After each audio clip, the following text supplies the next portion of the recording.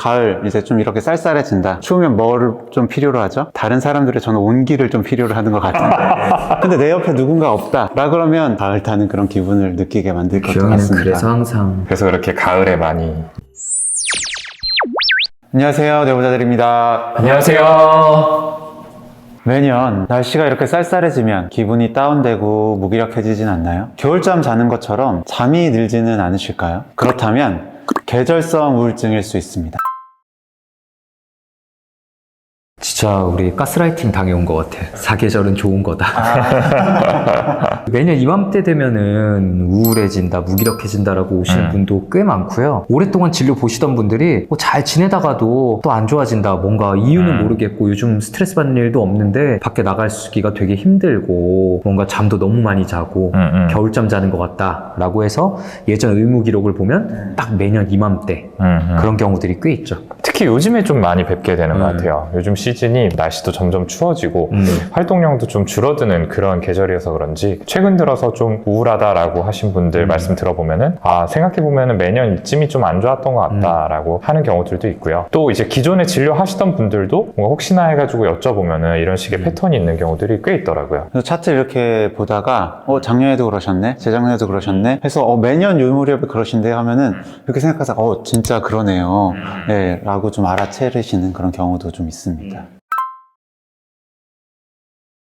그러니까 우울증 전체로 보면은 이거는 그냥 나라마다 달라요. 그런데 이제 물어봐 주신 게 이제 계절에 따른 그런 변화가 나라마다 차이가 있는지를 물어봐 주신 거잖아요. 그런 경우에는 분명히 그 차이가 납니다. 특히 적도 부근에서 멀어지는, 그러니까 위도가 이제 높아질수록 계절성 우울증이 높아진다. 그런 연구들이 있어요. 실제로 이 북유럽 같은 경우는 위도가 높다 보니까 일조량이 적고 겨울이 길기 때문에 이 시기에 좀 우울증을 많이 겪는 그런 경향이 있습니다. 또 행복지수가 이제 높다라고 하지만 그럼에도 불구하고 우울증이 좀 높다라고 하는 거는 아무래도 이런 기후적인 영향이 크게 작용을 한다, 이렇게 봐야 될 것 같고요. 그 미국을 기준으로 연구를 했을 때 미국엔 이제 여러 가지 주가 있잖아요. 워낙 땅덩이가 크다 보니까 이제 주별로 위도가 다 다른데 위도가 낮은, 상대적으로 적도에 가까운 플로리다 같은 주는 이 계절성 우울증의 그 유병률이 한 1%, 1.5% 정도인 반면에 알래스카, 제일 북쪽이죠. 계절성 우울증의 유병률이 한 9% 정도 됐다고 하니까 상당히 좀 차이가 큰 것을 알 수가 있습니다. 좀 재미있는 연구가 있는데 1980년도에 한 연구예요. 국립정신건강연구소에 로젠탈 박사라는 분이 계시거든요. 근데 그분이 남아프리카에 있다가 미국으로 온 거예요.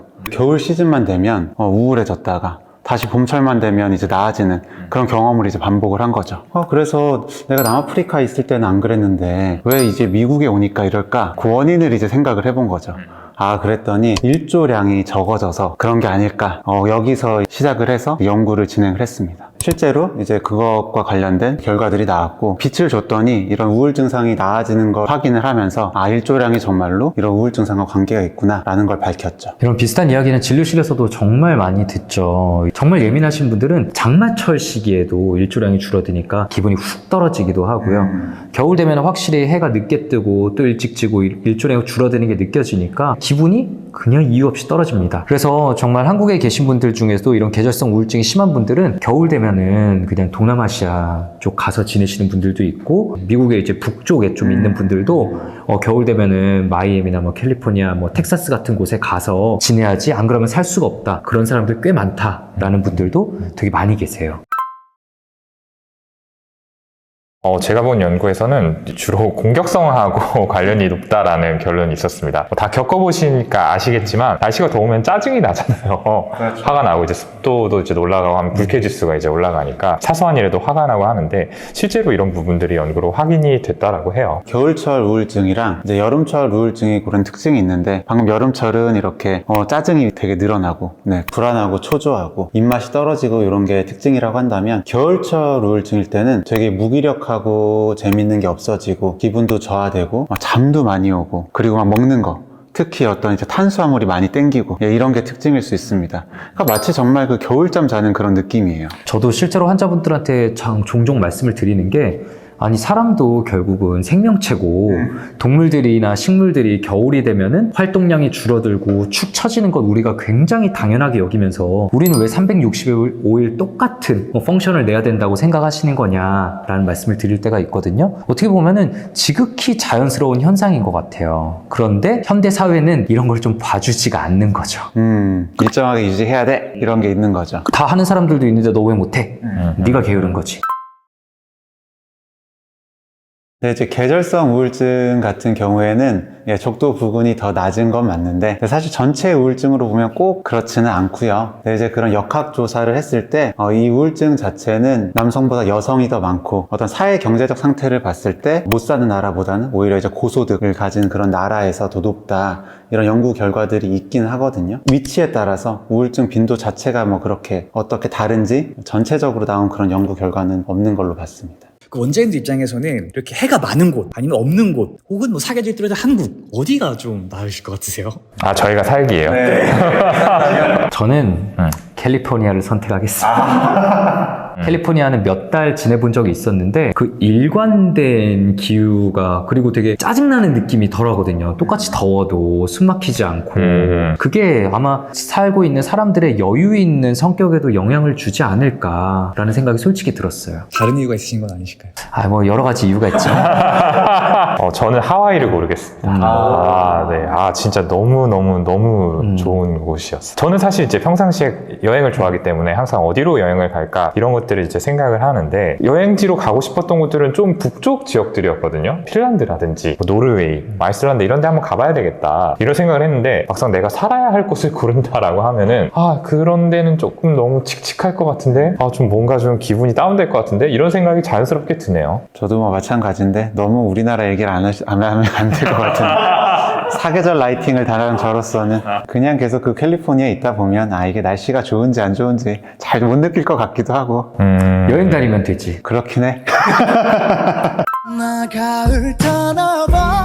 아까 시작할 때도 사계절이 꼭 좋은 게 아니구나 정신과 의사로서 느끼는 이유는 이 환절기가 이런 기분 변화에 굉장히 취약한 시기입니다. 그냥 좀 안정적이던 분도 그 시기에는 기분이 봄에는 갑자기 뭐 좀 필요 이상으로 들뜨시는 분들도 있고 가을에는 무기력해지기 시작하다가 오히려 겨울에는 또 그냥 괜찮아지는 분도 있는데 환절기가 또 확실히 좀 힘들어지는 시기인 것 같아요. 그죠. 계절성 우울증의 관점에서도 보통 이제 증상이 전형적으로는 10월부터 시작한다라고 보거든요. 10월부터 이제 다음에 2월 정도까지 이어진다고 하는데 그렇게 생각을 하면은 이 가을 탄다라고 하는 개념도 계절성 우울증이 이제 조금씩 시동을 거는 거다라는 식으로 생각을 해볼 수도 있겠네요. 바람이 약간 차가워지면은 느낌이 온다라는 분들 되게 많거든요. 근데 그렇게도 좀 생각할 수 있지 않을까요? 아까 사계절 라이팅이라고 이렇게 얘기를 했는데 이 가을을 탄다는 것도 뭔가 그 어떤 매스컴, 노래 가사 이런 것들을 인해서 조금 만들어진 개념이 계속 좀 이어지다 보니까 자연스럽게 사람들의 무의식에 녹아서 좀 기분 변화를 조금 더 그렇게 느끼도록 만든다 이렇게 생각할 수는 없을까요? 그럴 수도 있을 것 같아요. 그리고 사실 똑같이 계절성 우울증이라 하더라도 결국엔 심리적인 요인을 아예 배제할 수는 없잖아요. 근데 이제 가을 이제 좀 이렇게 쌀쌀해진다. 추우면 뭘 좀 필요로 하죠? 다른 사람들의 저는 온기를 좀 필요로 하는 것 같은데. 그랬어? 근데 내 옆에 누군가 없다. 라 그러면 사실 이제 봄이나 여름에 비해서 더 그런 상실감, 외로움, 고독 이런 걸 좀 느끼고 그러면서 그게 스트레스가 돼서 좀 더 이런 가을 타는 그런 기분을 느끼게 만들 것 같습니다. 그래서 항상 그래서 그렇게 가을에 많이 비슷한 맥락에서 좀 추워지면은 사람들 다 생각하는 게 뭐냐면은 올해 또 이렇게 갔네? 저도 그 얘기 하려고 했어요. 벌써 이렇게 됐네? 올해 아무것도 안 했는데 올해도 이렇게 나는 무기력하고 무의미한 시간을 보냈구나 라면서 아직 진짜 연말이 오지도 않았고 한 3, 4개월 충분히 뭘 해볼 시기가 남았는데 이미 끝났어. 올해도 망했어. 이렇게 되면서 우울해지는 경우들이 꽤 있어요. 저희가 좀 몇 가지 말씀드려 볼 수 있을 건데요. 첫 번째, 아까 말씀드린 것처럼 일조량이 주된 원인이에요, 결국은. 그래서 햇볕 쬐는 양을 늘려야 되거든요. 그래서 가을, 겨울 되면은 의도적으로 좀 더 커튼 치지 말고, 그리고 밖에도 조금 더 나가시는 게 필요하고요. 그리고 이게 힘드신 분들에게는 저희가 광치료기를 제안 드릴 때가 있습니다. 이제 결국은 우리 눈에 빛이 들어오면은 이게 기분 조절을 담당하는 신경 전달 물질인 세로토닌의 활동에 영향을 미치거든요. 햇볕이 줄어들기 시작하면은 신체 신체는 이제 세로토닌이 좀 부족해지겠구나 라고 해서 SERT라고 하는 세로토닌을 수송하는 단백질을 더 많이 만들기 시작해요. 근데 SERT 수치가 올라가면 올라갈수록 결국에는 또 세로토닌 활성도가 감소하면서 궁극적으로 우울증에 영향을 미치게 됩니다. 그래서 일조량을 올려야 되는데 힘드신 분들은 광치료기를 선택하는 게 좋고요. 광치료기가 뭐 여러 가지 인터넷에 쳐보면 되게 많이 나오는데 제일 중요한 건 빛의 단위예요. 최소 1만 룩스 이상의 광치료기를 써야 된다고 얘기를 하고요. 햇볕이 되게 쨍쨍할 때 한 5만 룩스 정도 된다고 하죠. 그러니까 1만 룩스 사실 앞에 놓고 있으면은 꽤 눈부시는데 그걸 막 내가 꼭 정면으로 바라보고 있어야 되냐? 그거 아니라 그 앞에서 일상적인 활동들 뭐 TV를 보시거나 책을 보시거나 이런 시간에 30분 정도 보내주시면 좋고요. 이른 아침에 할수록 제일 좋긴 합니다. 그러니까 해가 뜨는 시간에 실제로 해를 내가 쬐고 있다라는 거를 우리 뇌에 좀 속이는 거죠. 근데 내가 너무 이른 아침은 힘들어. 그렇더라도 적어도 오전 10시 이전에는 하는 거를 많이 권유드리고 있고요. 두 번째는 이제 비타민 D의 섭취를 늘리는 것입니다. 이 비타민 D 자체가 세로토닌 합성에 관여를 하거든요. 그리고 이제 비타민 D가 낮았을 때 실제로 이것들이 우울증으로 이어지는 경우가 많았다라고 하는 연구들도 있고요. 이것과 관련해서 이제 재미있는 연구가 있는데 아까 이제 계절성 우울증이 주로 위도가 높은 나라들에서 이제 흔히 나타난다고 말씀을 드렸잖아요. 근데 이제 대부분의 북반구의 나라들이 여기에 해당이 되는데 특이하게 아이슬란드만 계절성 우울증의 빈도가 그렇게 높지 않았다라고 합니다. 그래서 원인이 뭔가 하고 이렇게 찾아봤더니 이 생선 소비량이 다른 나라들, 뭐 특히 미국이나 캐나다 같은 주요 나라들에 비해서 한 1.5에서 2배 정도가 높았다라고 해요. 이 생선에 이제 비타민 D를 비롯해서 뭐 DHA라든지 뭐 오메가3라든지 이런 어떤 신경을 좀 보호할 수 있는, 신경세포를 보호할 수 있는 물질들이 많이 들어있기 때문에 그리고 또 비타민 D도 이걸 통해서 충분히 보충이 되기 때문에 아무래도 좀 계절성 우울증이 좀 낫지 않았나라고 하는 그런 연구가 있고요. 단순히 현재 이걸 먹고 있는 사람들뿐만 아니라 캐나다 이제 사람들 중에서도 이 여러 나라의 이제 이민자들이 있잖아요. 아이슬란드 혈통을 가진 분들을 대상으로 연구를 했을 때 다른 혈통에 비해서 그 계절성 우울증의 빈도가 낮았다라고 해요. 그러니까 이런 것들이 뭔가 유전적 변화를 일으켜서 계속 좀 이어지게 만든다 하고 해석을 해볼 수 있는 그런 부분입니다. 몇만 년 전부터 생선을 꾸준히 많이 먹고 생선을 이제 유전적으로 이제 쌓여서 선조분들이 굉장히 노력을 많이 해서 그 혜택을 이제 누리고 있는 거죠. 아이슬란드 분들은. 어쨌든 뭐 저희는 오동훈 선생님의 우울증 예방을 위해서 지금부터라도 좀 생선을 많이 먹이려고 좀 하고 있어요. 앞으로 모든 뇌부자들 라이브 방송 먹방은 생선으로만. 맞아요. 저는 사실 이게 좀 굉장히 불편한 연구 결과였어요. 생선을 못 먹거든요. 네네. 이런 계절성 우울증으로 힘드신 분들은 그 종합 비타민 말고 확실히 비타민 D가 조금 특화되어 있는 걸 드시는 게 더 좋기는 한데 저는 뭐 그런 쪽은 아니라서 그냥 종합 비타민 먹고 있습니다. 뭐죠 이거? 앞뒤가 맞지 않는데요?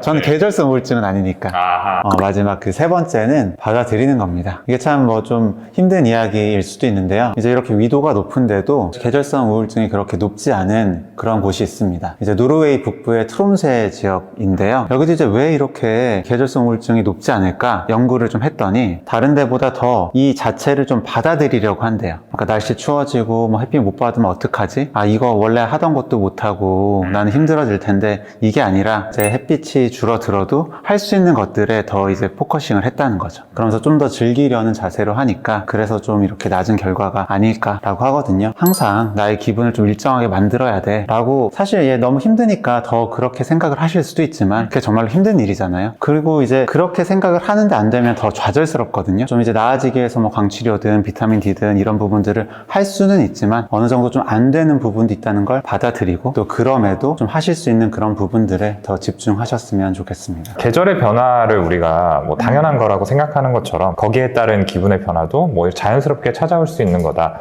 이렇게 생각을 하면은 적어도 좀 스트레스는 덜 받고 그걸로 인해서 2차적으로 우울해지는 것만큼은 좀 줄일 수 있지 않을까라는 생각도 듭니다. 오늘은 이렇게 그 날씨가 쌀쌀해질 무렵에 시작이 되는 그런 기분 변화, 어떤 무기력, 수면 관련된 이런 계절성 우울증에 대해서 말씀을 드려봤습니다. 아마 이제 영상 보시는 분들 중에는 맞아 내 얘기야 하면서 공감하시는 분들이 많이 있으실 텐데요. 저희가 드리는 말씀이 도움이 되셨으면 좋겠고 또 나는 이렇게 대처하고 있다, 좀 나는 이렇게 좀 힘들다라는 이야기 많이 남겨주시면 감사하겠습니다. 오늘 영상도 유익하셨다면 구독, 좋아요, 알림 설정과 댓글 쓰기까지 부탁드립니다. 감사합니다. 계속 보세요.